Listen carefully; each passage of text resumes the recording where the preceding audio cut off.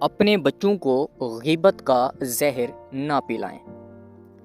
غیبت کرنا ایک بڑا گناہ اور ہلاکت خیز برائی ہے۔ اس کی زہر ناکیاں بہت زیادہ ہیں۔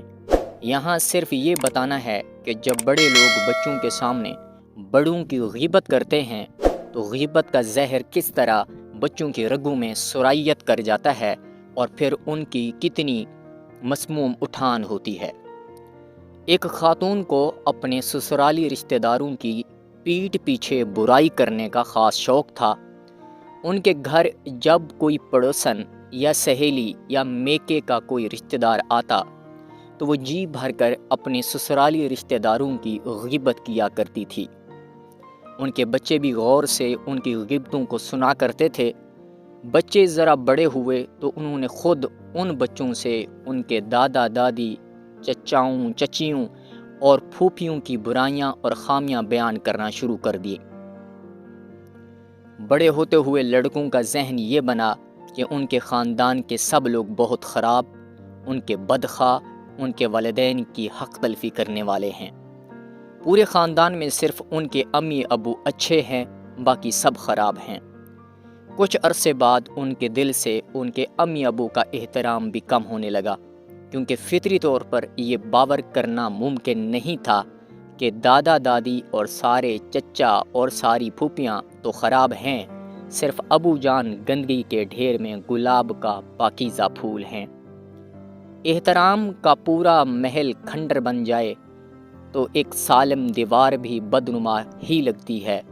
ماں نے خاندان کے تمام بزرگوں کی وقت گرائی، لیکن ساتھ ہی باپ کی وقت بھی مٹی میں مل گئی۔ وہ وقت بھی آیا جب ان بچوں نے اپنے باپ کی پگڑی اچھالی اور ماں کے ساتھ بد کلامی کی۔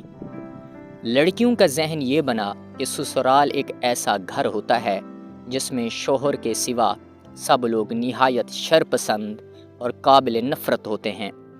ان سے جس قدر دور رہا جائے اتنا بہتر ہے۔ انہوں نے پہلی ہی نظر میں ساس اور نندوں کو چڑیلوں کی صورت میں دیکھا، کبھی انہیں آزمانے کی زحمت بھی نہیں کی۔ یہ مبالغہ نہیں بلکہ عین مشاہدہ ہے کہ ایک خاتون کی نہیں بہت سارے گھروں کی کہانی ہے۔ میں ایک ایسی خاتون سے بھی واقف ہوں جس نے اپنے بچوں کے سامنے اپنے سسرالی رشتہ داروں کی ہی نہیں بلکہ اپنی سوکن کی بھی ہمیشہ تعریف کی۔ بچوں کے دل میں دادا دادی کا احترام ایک عقیدے کی طرح بٹھایا۔ کبھی بچوں نے کسی پھوپھی یا چچی کی شکایت کرنے کی جرات کی تو اس کو سختی سے ٹوک دیا۔ انجام کار خاندان کے سارے بزرگوں کا احترام کرنے والے بچے اپنے والدین کے احترام میں بھی پیش رہے۔ بزرگوں کے احترام کے عالی شان مینار وقت کے ساتھ اور بلند ہوتے چلے گئے۔ جن بچوں کی تربیت غیبت کے سائے میں ہوتی ہے وہ زہریلے پودے کی طرح ہو جاتے ہیں، پھر ان سے کسی خیر کی امید رکھنا مشکل ہوتا ہے۔